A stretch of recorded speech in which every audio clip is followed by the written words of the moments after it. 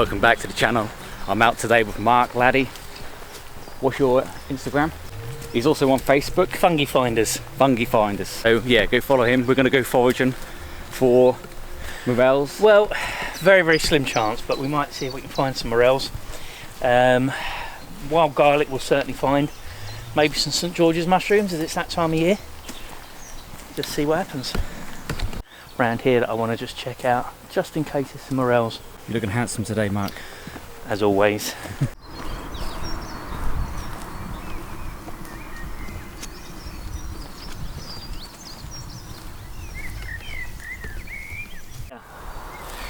So we've got a VERPA CONICA, which is a relative of the morel.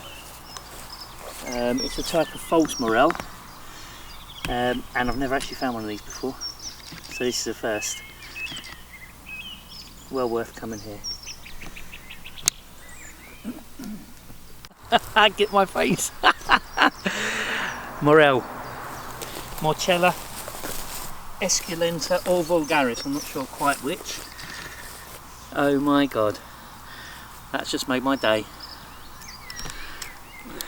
See that? That smile? really has made my day. I can't quite decide, and I'm going to do a bit more research when I get home, just because morels I'm inexperienced with. I haven't found many in my life. Whether these are Morchella esculenta or Morchella vulgaris. Either way, both very, very edible mushrooms. So not a lot of difference between the two, just some subtle differences in the shape and you know, of the cap and everything like that. So just going to do a bit more research on them when I get home, but I know these are Morchella species, just which one, not 100%. That face says it all. So these ones, can I actually touch these? So you can touch any mushroom. Yep. Okay. There's no mushroom that's dangerous to touch. I mean, technically, even if it was a toxic mushroom, you'd be able to handle it. Yep. You'd be able to taste it as long as you spat it out, Yep. and it wouldn't hurt you. However, these VERPA CONICA are a mushroom that are edible. So some call them false morels. They do need to be really well cooked though, otherwise they can cause some gastric upset. So, but even if they were toxic, touching them wouldn't hurt you at all. Another one for the basket. Another one for the basket. You can put that in my basket. Another one there, look.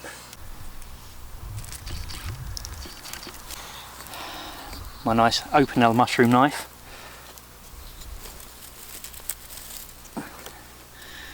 It's a big one, that. Yeah. Okay. Awesome. Awesome. Let's carry on. Let's find some true morels.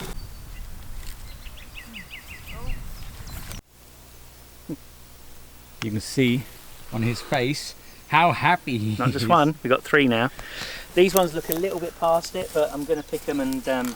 So I'll just show you what I mean about these. If you look with a true morel, if I was to open it up, it's completely hollow, right through the stem, right into the cap, with the true morel Morchella species.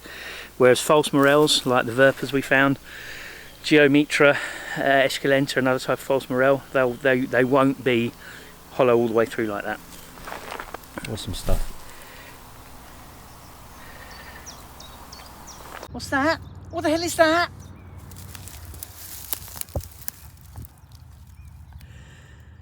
Oh yeah. Found one. I'll pick this out for you. Go on, that's yours, you pick it. Just get right down to the stem. Yeah, that one's a little bit past it. Full of termites, look. Yeah. Yeah. Look at the size of this beast. Another one.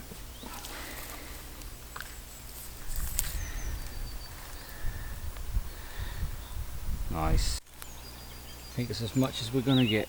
Yep. Good finds. Still, been looking for those for 30 years. Well done. I'm your lucky charm. You are. The mushroom man. That's me.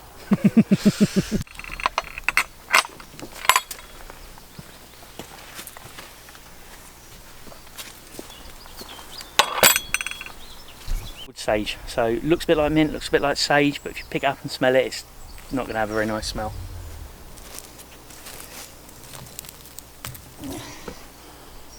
Nothing. Nope. Nothing to it at all.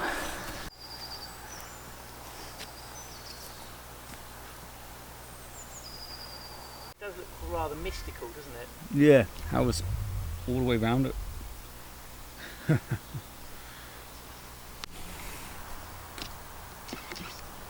Wild garlic. Jumper. Wrong side of the Wrong stream. side. That looks so fresh. That does, doesn't it? See why it's called trout stream? You could see trout living in that, it's so clear. It's a lovely little stream, that. There we are, wild garlic.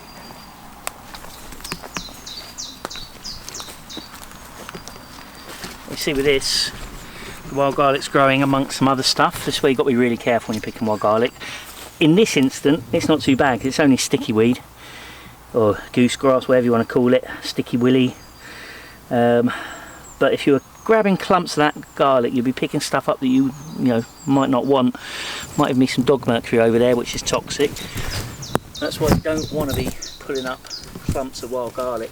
You've got to be a bit more selective than that. Look at this as well. I'm not sure, but that could be sorrel.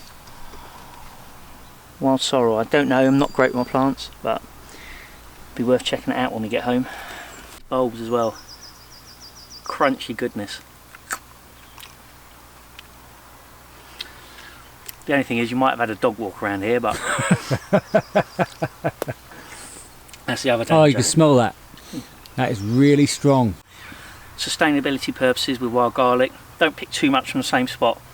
It needs to produce the flowers later on in the year to sustain it then for growth following years.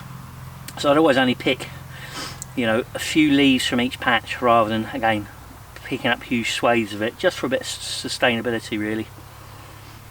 Good to know. Growing amongst the wild garlic is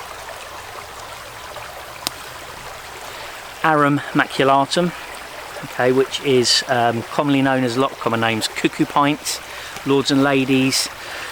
Look it up. There's lots of different common names on it. Okay, not technically poisonous, toxic. If you tried eating that, it's got an irritant, some crystal irritants in it that are going to make your mouth swell up, could potentially make your throat swell up, and there have been cases where people's throats have closed up due to eating that. There's a big patch just behind you there. Look, you see maculatum. I'm not great with Latin, but basically maculatum means spotted. You can see there the classic spotting of it. Let's compare that with wild garlic. If we put the leaves side by side, you see wild garlic comes right down to the stem, like that. There's these lords and ladies, Arum maculatum, the stem comes up and they've got these lobes sort of shape. Also you'll find the wild garlic is sort of almost like a vinyl-y texture. Okay, with any sort of veins are running all the way up along, whereas the Arum maculatum has got the veins that run out, and then you've got a line, I don't know if you can see that in the camera, but you've got actually a line of vein going all the way around the leaf. Yeah. So there's some of the key features to distinguish. The main one's obviously smell. I mean, you cannot mistake that smell of wild garlic. Bit different, isn't it? Smells amazing.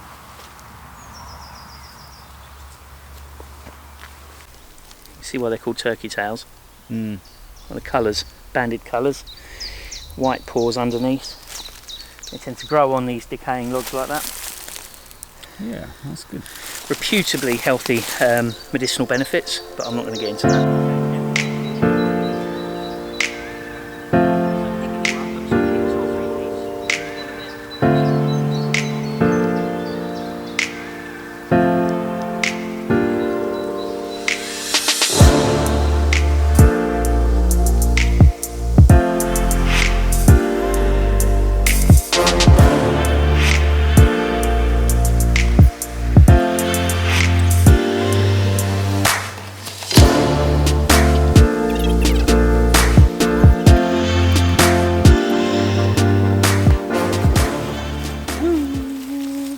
Look at this.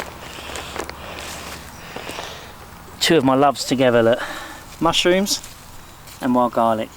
These are a type of ink cap, so I think these are glistening ink cap. That's a what, sorry? Glistening ink cap. Poisonous? Actually edible, but not something that's particularly sought after.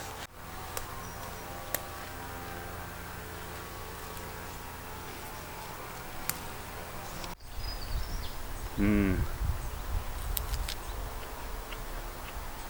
wow. Good job you trust me, isn't it? Yeah. It is a good job I trust you. Perfect place, isn't it? Come here for a little Water, camp. pheasants, wild garlic. We're all done at foraging right now. Got some, what are they called? Morels? Morels. We've got some of them. We've got some fake ones, whatever they're called. False morels. Well, they're not morels. A lot of people. This is the problem with common names. False morel could be applied to a lot of different members of that family. These are the early spring morels, some people call them. Again, early spring false morels, something like that. The VERPAs. But yeah, we also found the real deal. The real deal. Morels. Happy days. And we've got a lot of garlic for Mark to make himself some Garlic butter. Garlic butter, wild garlic salt for sprinkling on steaks. and onions, pickles, whatever you want to do. Pickles, yeah, pickle the little flower buds. Well, thank you very much, mate. Thank Appreciate you. it. Yes, bro.